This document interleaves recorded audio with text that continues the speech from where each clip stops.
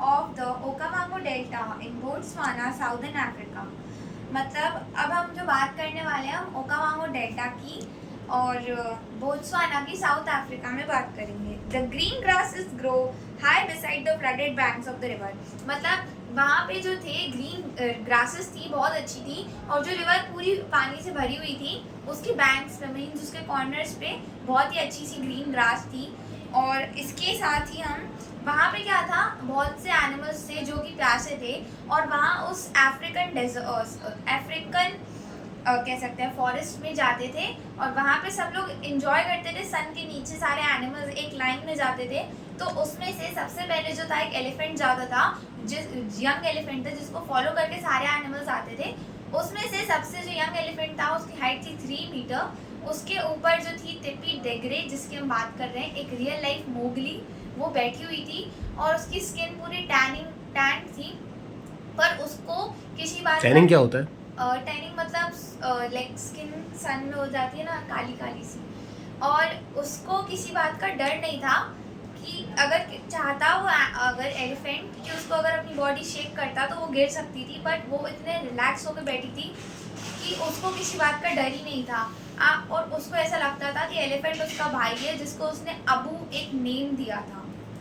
Then next, हाँ, टिपी के जो पेरेंट्स थे वो एक वाइल्ड लाइफ फोटोग्राफर्स थे जो कि टेंट्स बनाते थे कहीं ना कहीं और जाके फोटोग्राफी करते थे। तो टिपी जो थी वहाँ रहती थी, मतलब अलग रहती थी और एनिमल्स के बीच में रहती थी, और बहुत इंजॉय करती थी मीनवाइल।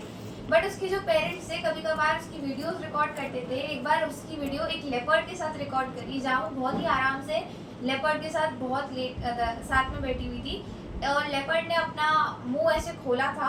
तो फिर भी टिपी वाज लाइक कि उसको किसी बात का डर नहीं था। वो कह रही थी लेपर्ड ढंग से मुंह खोलो, मैं खड़ी नहीं हो पा रही हूँ। मतलब उसको ये नहीं लग रहा था कि अगर लेपर्ड के अंदर वो चली गई तो उसका मतलब दी एंड जाएगा। तो टिपी को लगता था कि लेपर्ड जो है वो एक छोटी सी कैट है जो कि उसके साथ घूमता रहता है और वो सब। पर लोग जो थे वो बहुत डर जाते थे कि कैसे रिस्पॉन्सिबल पेरेंट्स हैं, टिपी ऐसे ही अपनी बच्ची को छोड़ देते हैं। पर उसको किसी बात का डर नहीं था, वो एंजॉय करती थी। देन थोड़े टाइम में ही टिपी जो थी मतलब सबके साथ ऐसे ही एंजॉय करती थी, उसको किसी चीज़ का वो नहीं था। लेकिन थोड़े टाइम में जब उसके पेरेंट्स वापस आए, उसको फ्रांस ले गए थे। फिर क्या था, उसके पेरेंट्स ने कहा कि नहीं अब यहाँ मतलब उसके ट्रांसफर हो गया उसके पेरेंट्स का, तो वो उसे फ्रांस लेके गए।